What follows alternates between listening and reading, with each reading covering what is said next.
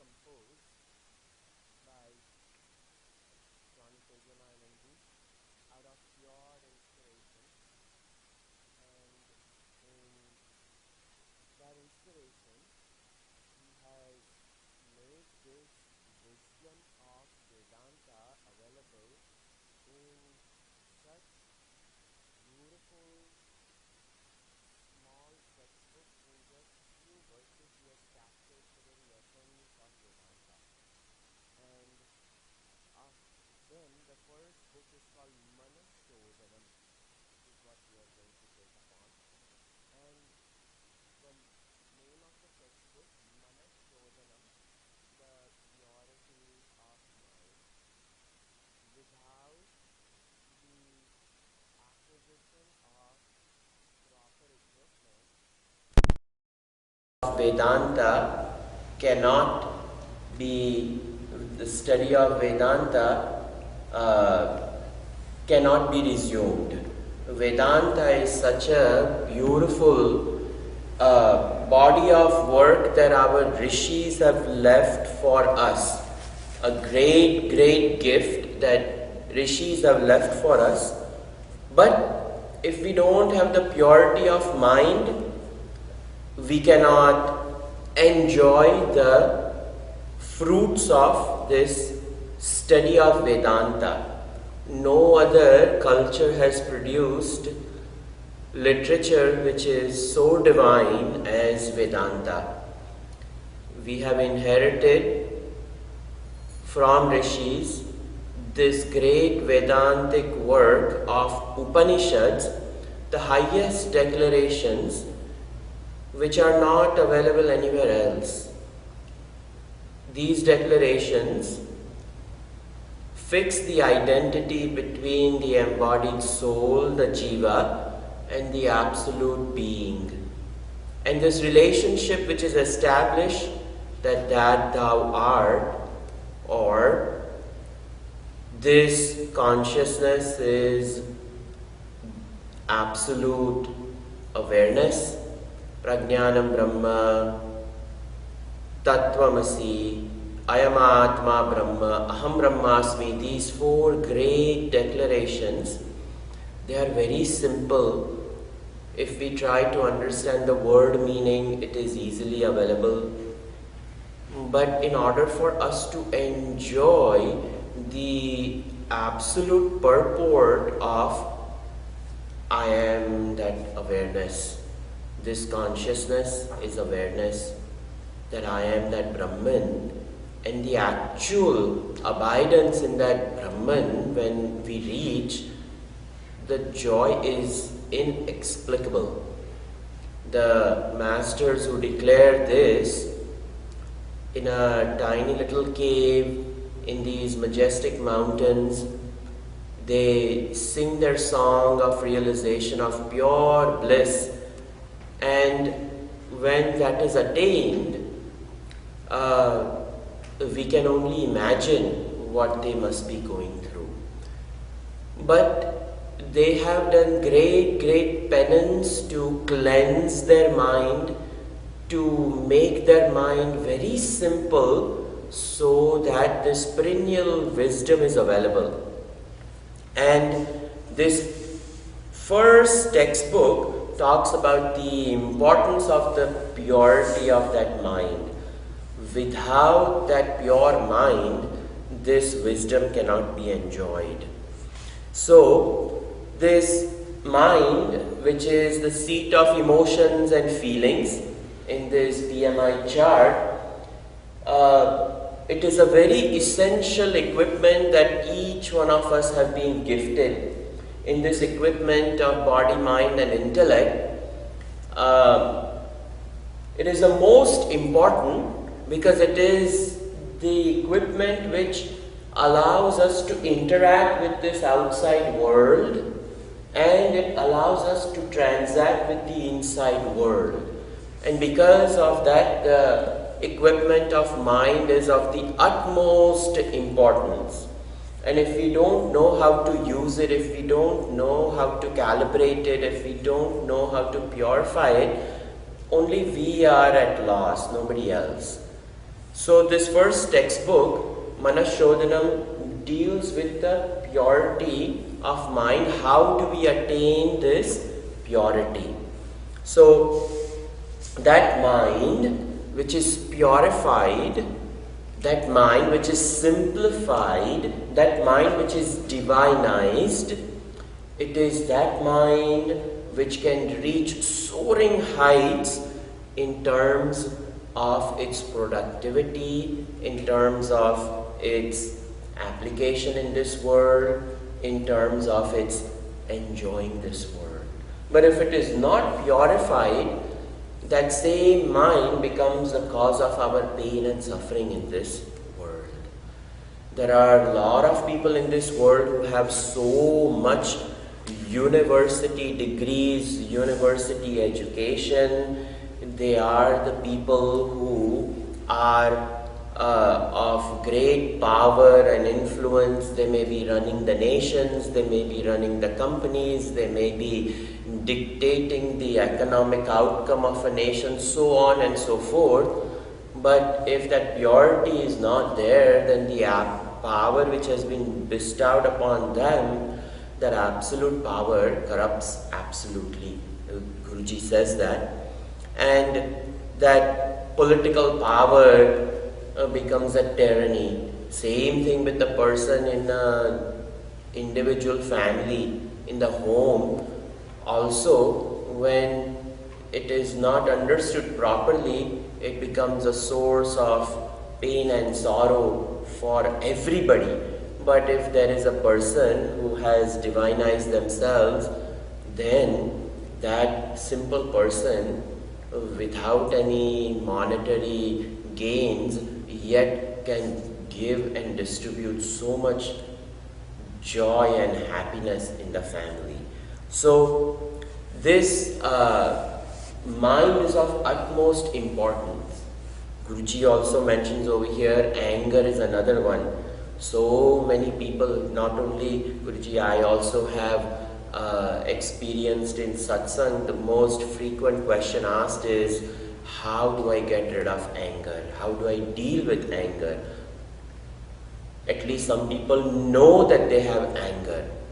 So many people don't even know they have anger issues, and then what to do? Then the whole world is painted red with anger. So how do I cleanse myself? How do I remove that anger?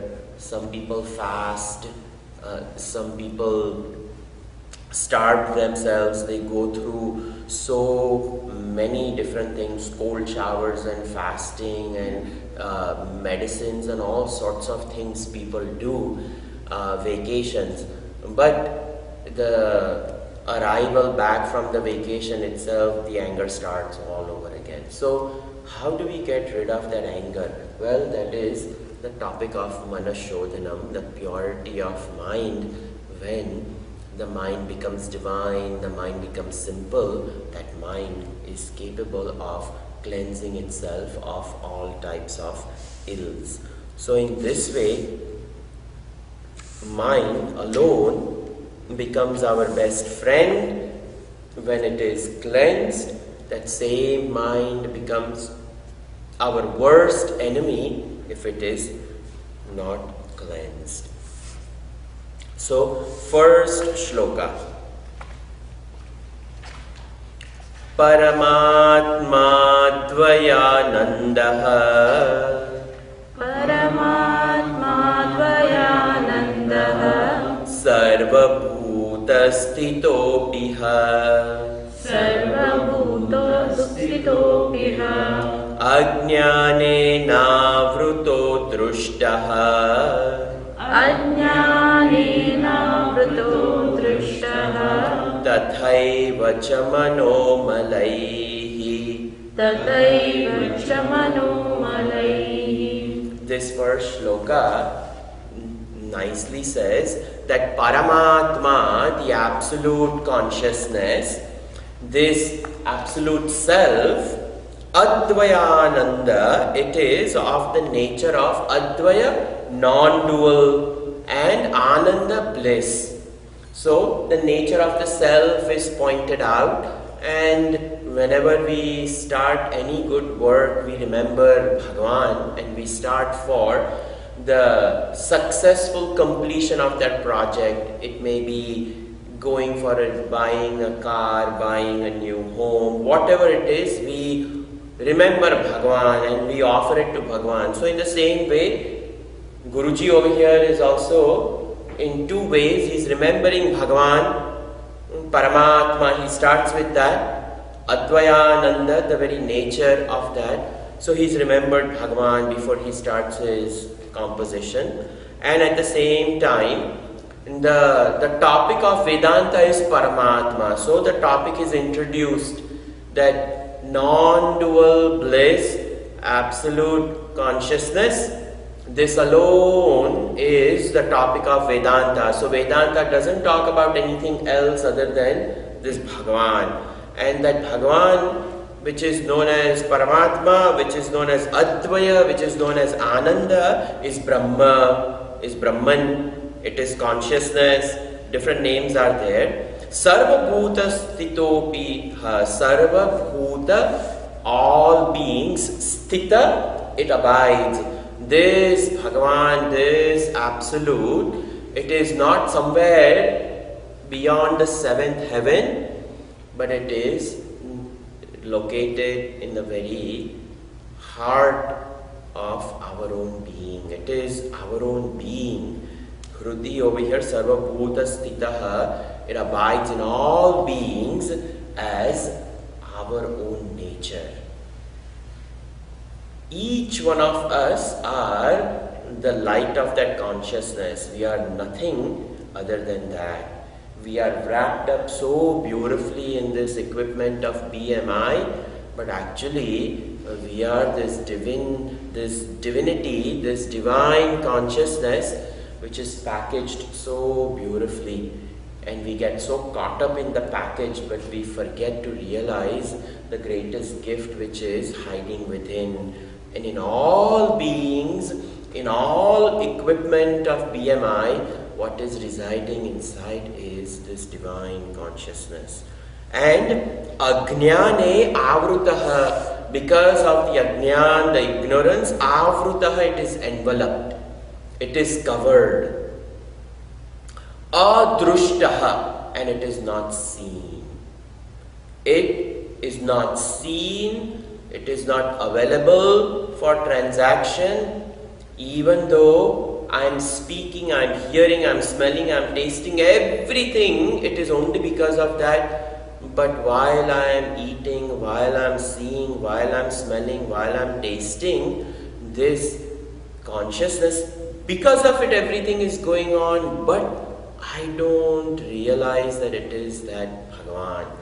This Ajnane Avrutaha, the ignorance of the mind, the ignorance of the intellect, it envelops this consciousness, and because of that it is not seen. Tatha eva cha manomalaihi, and it is enveloped by the malaihi, the very impurities of the Manah Malaihi, of all the impurities of the mind and intellect, all the notions, the desires, the anxieties, the worries, all that we go through in our life, they are the very cause of enveloping this Paramatma, and that Paramatma is not seen.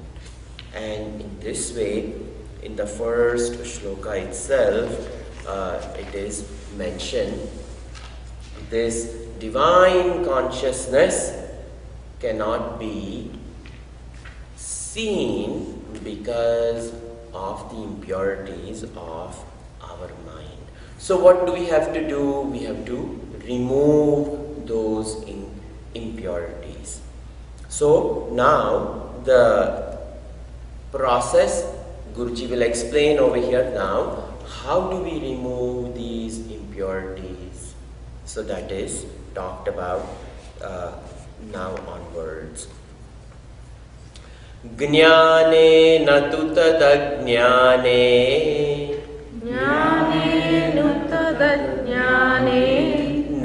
Nashte bhati swayam hi saha. Nashte bhati swayam hi saha. Satyame tat tathapiha. Satyame tattatapiha. Kashtamekam cha vartate. Kashtamekam cha vartate. So, he's just elaborating the topic that he has introduced in the first shloka. He says, Jnane natu tadajnane nashte bhati swayam hi saha. Saha atma, that atma, swayam bhati, it shines by itself when tad ajnane jnanena nashte bhavati. When this ignorance of the mind and the intellect, when it is destroyed, this atma reveals itself. See, there is this notion in all of us that I have to gain Bhagavan, that I have to acquire Bhagavan, that I have to go to somewhere in the heavenly worlds, and in the heavenly worlds I will just see Bhagavan and I will get a chance to stay over there with Bhagavan. See, this concept, these understanding of Laukik people, the ordinary people, that going somewhere in the higher world and meeting Bhagavan, this notion is not proper. Bhagavan is not to be attained in some higher worlds. Over here, our entire effort in life should not be to attain Bhagavan. Our effort in life should be to remove the ignorance. That should be our effort. And that is mentioned in this shloka. What is indirectly mentioned over here is our effort in life should only be to improve and change ourselves. If we do not improve ourselves, if we do not change ourselves, we are never ever going to meet Bhagavan. We think that by doing some puja, by doing some tapas, by doing something, we will get some punya, and that punya will allow me to get closer to Bhagavan. All these notions that we have about Bhagavan, that I will go to Kailash and over there I will actually see the mountain, and by actually seeing the mountain I will actually see Bhagavan Shivji. All these notions we have to understand properly.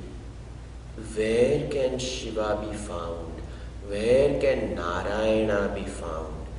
This idea that Narayana is in the milk ocean on the bed of the Vasuki and he is sleeping over there. These are stories which are mentioned in our Puranic literature, and they are not false stories. But these stories are to inculcate in us the very acceptance that there exists something known as Bhagavan. And he is known as Narayana. And he has 4 hands. And these 4 hands, Shankha, Chakra, Gada, Padma, actually that Narayana's 4 hands are Mana, Buddhi, Chitta and Ahankar. These are his real 4 hands.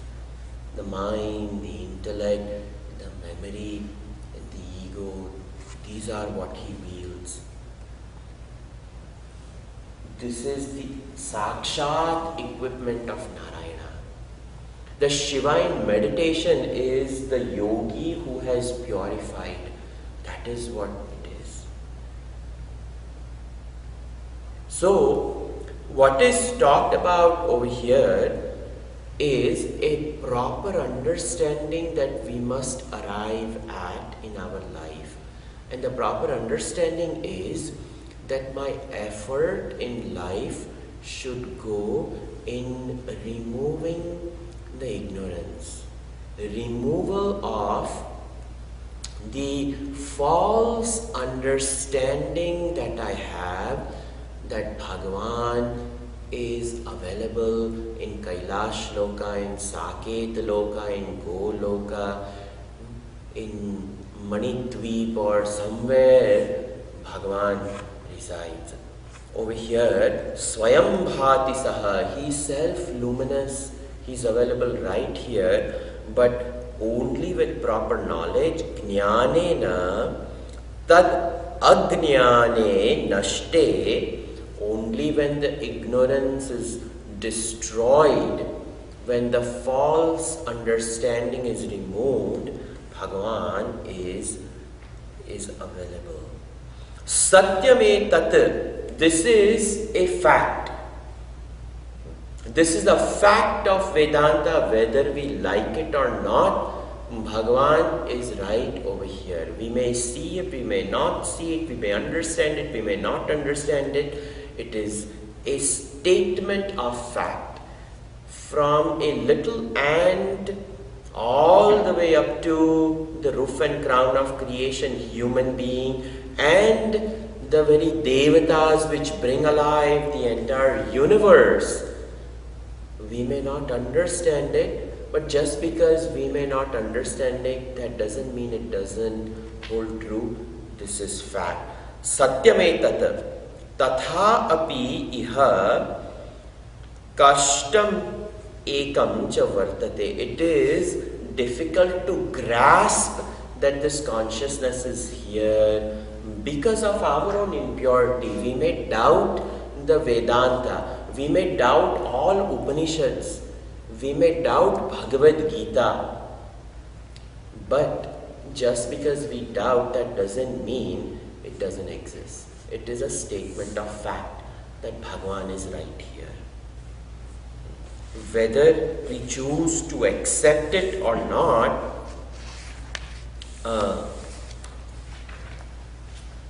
that doesn't mean that Paramatma will not be here. It is right here, right now, we are basking in His glory. Whether we accept it, whether we reject it, just because we reject it, that doesn't mean He will reject us and go away. His very presence makes this matter of the body function. We may not have the intelligence to understand Him. We may intellectually reject Him, but the compassionate Lord doesn't reject the atheist. Even the atheist exists even within him. And that is glory of Bhagavan. But then why do we not understand Him? Starting from the atheist to the one who believes but doesn't see, all these are impurities of the mind. Even the one who says He doesn't exist, even that is a mala. And the one who says it exists but I don't see Him, that is also ignorance. So all this is ignorance. Continuing, shloka number 3.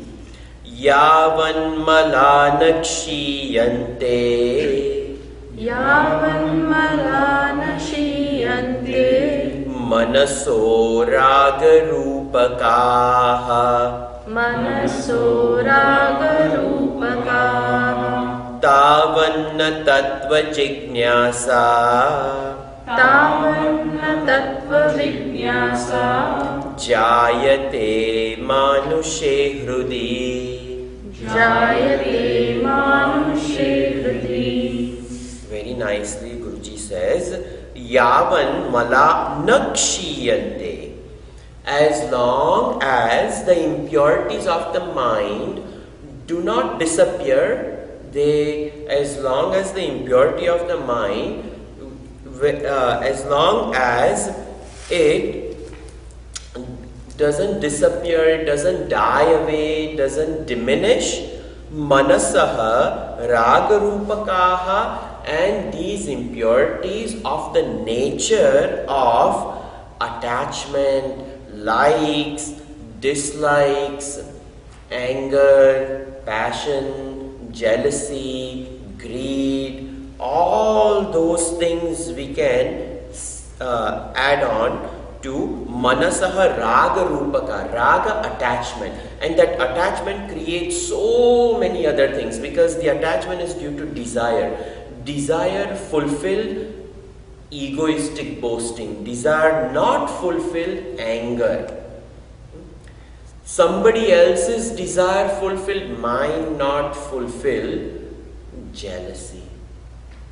So all these are all our ugly emotions that we see are nothing but the ignorance of the mind. We can see the play of the universe is filled with all such types of negativities. And that is what it is. So as long as all these impurities of the mind, of the nature of attachment born out of desire, as long as this great desire continues, this desire will create umpteen other demons. This desire is kind of like that Rakta Bij. We destroy one, a drop of that falls. You know, in Devi Bhagavatam, the story of this great Asura called Rakta Bij. One is destroyed.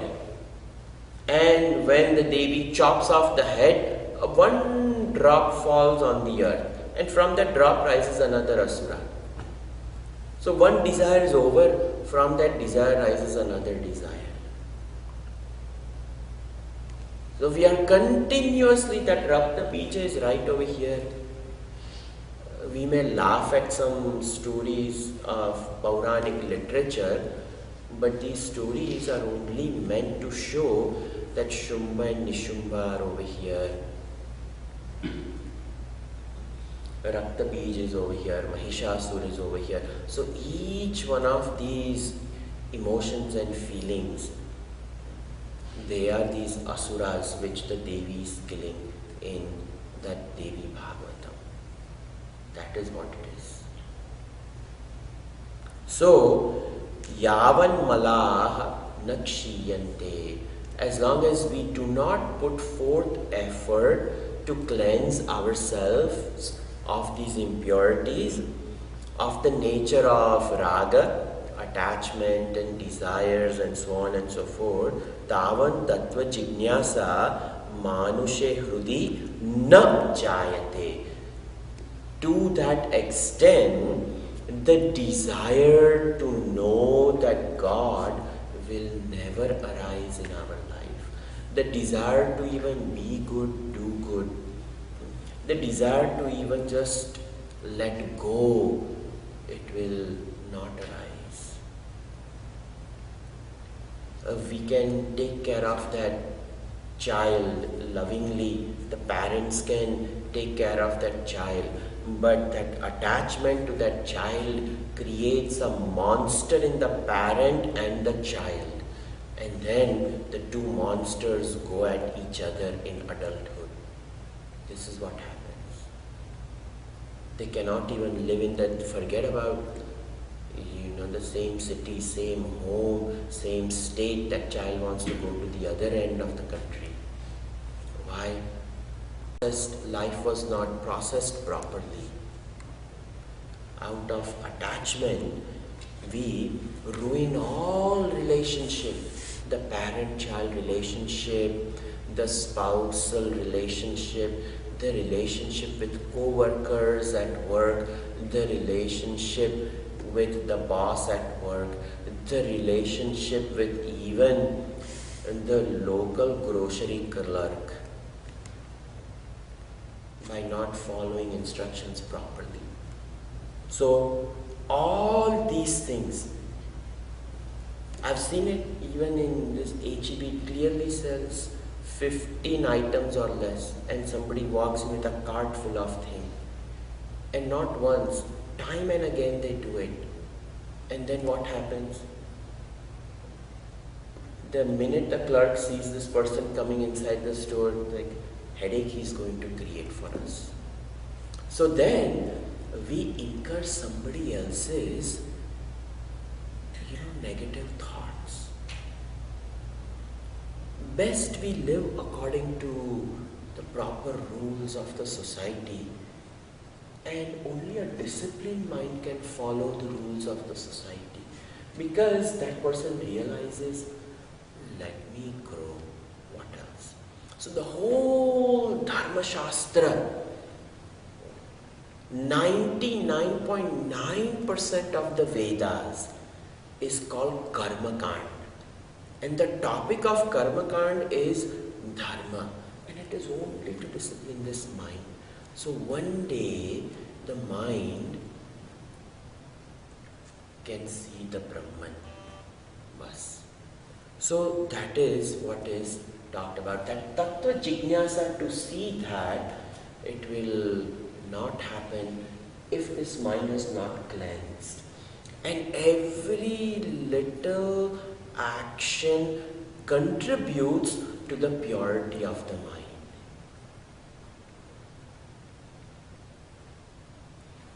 Yesterday somebody came and wanted to do Archana. And you do Archana. You give your name, your gotra, whatnot. How much is it? $11. Well, I come here all the time. I will give it some other time. He said, do whatever you want to do. People even bargain with Bhagavan, It's not like that Panditji or myself are going to be benefited or anything. You want to put $11, you put. If you don't want to put, do whatever you want to do. But see, our cheapness of mind, the local Pandit you may cheat, but how are you going to cheat the Pandit within?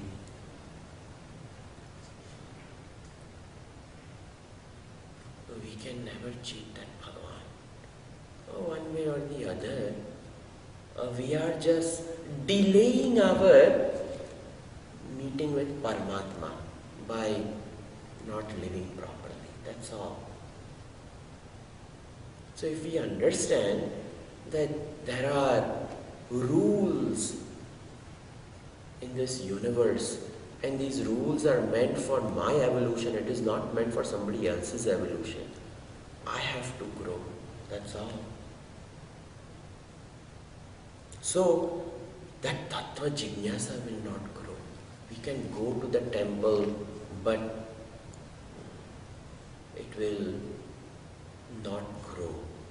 We will not grow. Because we have not evolved, we have not processed. This spiritual evolution, the spiritual unfoldment solely depends upon how much we are available for the spiritual unfoldment. If I am ready for my spiritual unfoldment, then I will do what is necessary, what is required for my growth. And that is over here beautifully captured in this shloka. Shloka number 4.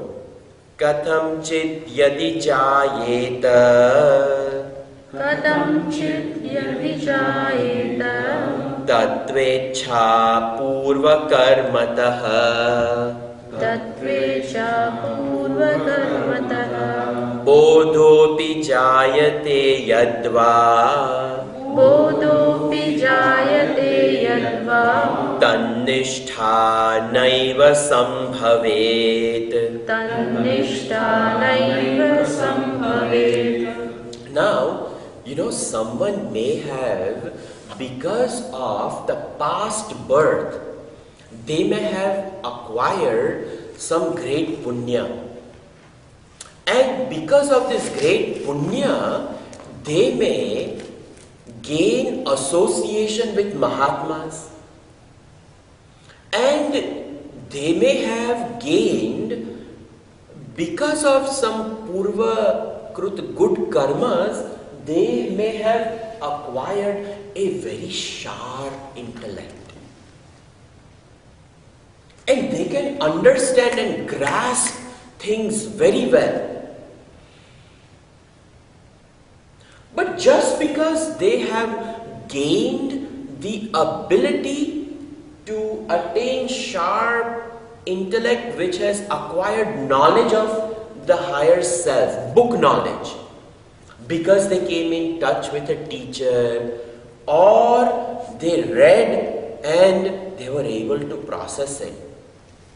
But just because they have acquired understanding of it, that doesn't mean they will actually gain abidance in it, because the mind is not pure. The intellect may be sharp, and I see this in Brahmin communities. It is very evident because of the whole lineage doing karma. The lineage, the progeny of the Vamsha Parampara, sharp children we can see. But they have not taken the time to purify themselves. Sharpness, intelligence is there, but impurity of the mind has destroyed the entire lineage. It's clearly evident in Brahmin communities. What to do? Nandi Bhagavan has cursed all of them. So, it is not enough that we have the intellect which is sharp.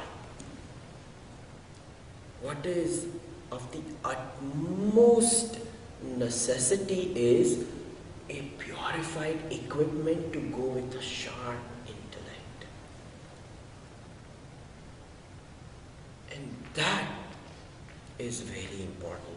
So over here it is said, Katham chit jayate tattva ichha purva karmataha. Purva karmataha, because of the deeds done in the past birth. Kathanchit, somehow.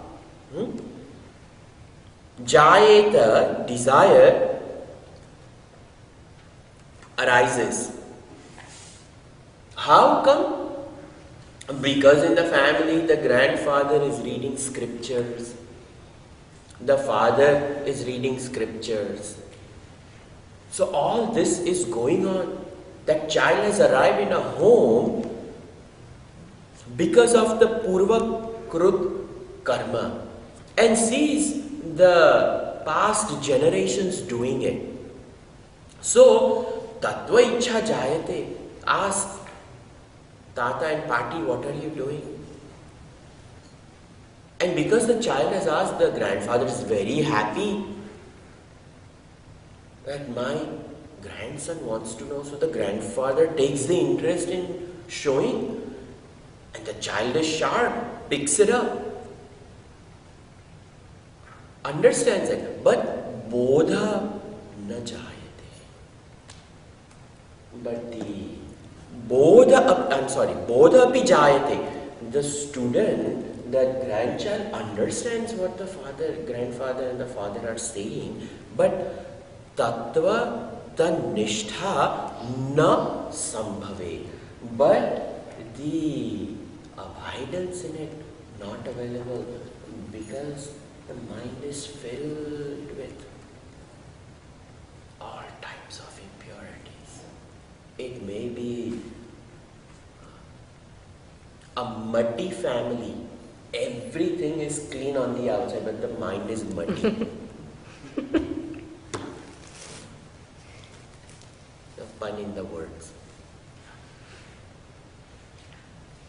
So, when the mind itself is muddy, filled with mala, not available. So that is why it is so important that we pay a great amount of our time, we pay our due respect to this mind. It is important. Our sadhanas should address our mind. Even if somebody has a pure mind, and they may not have all types of, knowledge. In due time, because of the purity of mind, even little bit of knowledge, if it arrives, that person will be able to abide in it. So, that is why it's not that one, it's that one. So, this over here, tanishtha na sambhave. The abidance in that absolute, it is not available. This is why our efforts should go into the purification of mind.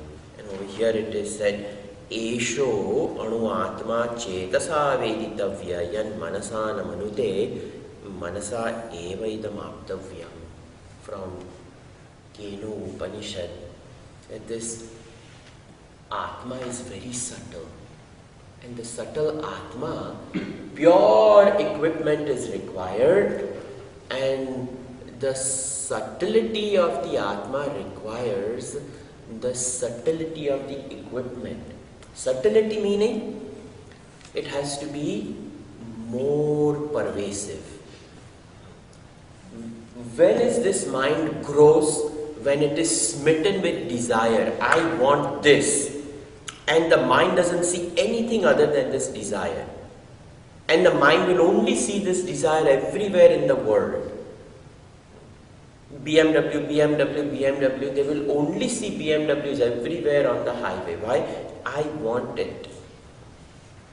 So when the mind is consumed with the thought of BMW, it will be a BMW world. They will not see anything other than that. They will know every Tom, Dick and Harry in the town who has BMW. What knowledge have you gained by knowing that this person has a BMW? Because I have that desire now. I see that whoever has it, they are blessed. I don't have it. Such a sad state of living. So that narrow-mindedness makes this mind gross. Grosser than that is now the jealousy. Oh, he has it, she has it, I don't have it. And that burning feeling.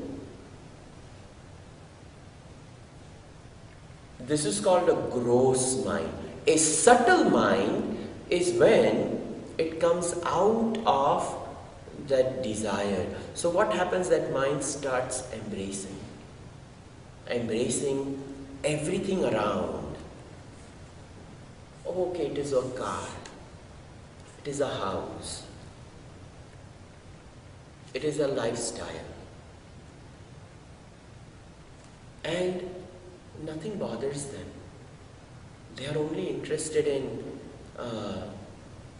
their nobility and purity. They are not quick to judgment. Okay, let me just accept this person, let me accept this person. So such a noble person, the mind becomes expanded. And that expanded mind is called a subtle mind. Buddhi, on the other hand, has to be subtle, expanded, but it also has to be sharp. And sharpness is required to understand that Atma and stay put over there. So that is what is explained over here. Shloka number 5. Nishta bhavat paranandah. Nishta bhavat paranandah. Jivan muktasya yoginah. Jivan muktasya yoginah. Sadakair nanubhuyeta. Sadakair nanubhuyeta. Viphalam tarhi sadhanam. Vipalam tarhi sadhanam. So over here, nishtha abhavat. Last shloka had said that that person, because of the absence of the purity of mind, but because of the karmas done in the past, they have acquired the knowledge but not the abidance. So over here it is said nishtha abhavat, because of the lack of the abidance in the self, because the mind is not pure. What happens? Paranandah, this parananda, this absolute bliss, is not experienced. So, nishtha abhavat paranandah sadakaihi na anubhuyate. By the spiritual seekers, this bliss is not experienced. It just becomes something that they have heard that, oh, Atma is of the nature of bliss. Then how come I am sorrowful? I am sorrowful because the mind is impure. So this joy they know is there. They know the joy is within, but they don't know how to transact it because the equipment is not purified. So sadhakahi na anubhuyate. So in the absence of this abidance, the seekers do not experience the supreme bliss, and the supreme bliss is experienced by whom? Jivan muktasya yoginah. These yogis, they experience this great bliss, and they are the ones who have declared that you are looking in the wrong places, it is right over here, but over here it is not found. By these yogis, they have found it because they have purified their mind. So, for these spiritual seekers, these Jivan Muktasya Yogina, these yogis, while living they have experienced the bliss. Not that after dying they go somewhere to experience it. While living they have experienced this bliss, and these spiritual seekers, because they have not attained it, all the practices that they do, viphalam tarhi sadakam. So then their spiritual practices, they become futile. Because they have not purified the mind. Purification of the mind, when it is there, when sadhanas are done for the purification of mind, then it becomes beneficial.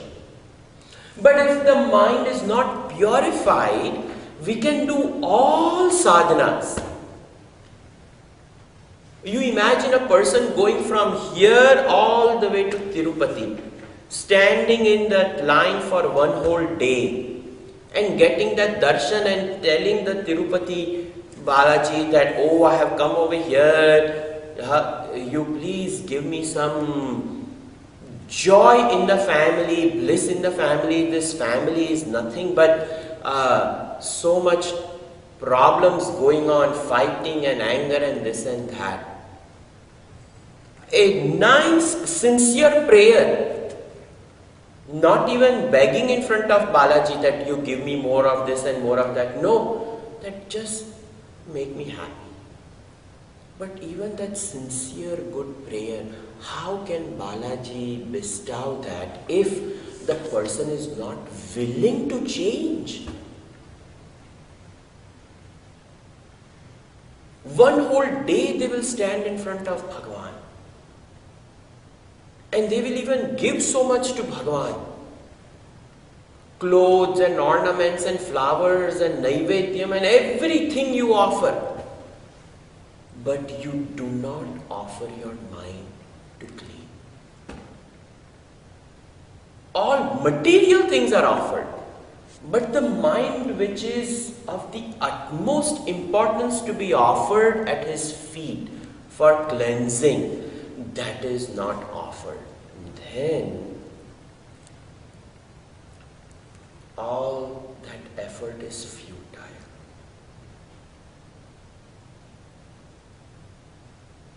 So go to the temple, do worships, everything is important, but make sure that you offer what is worthy of being offered, and that is mind. Tell Bhagavan, give me the strength to change.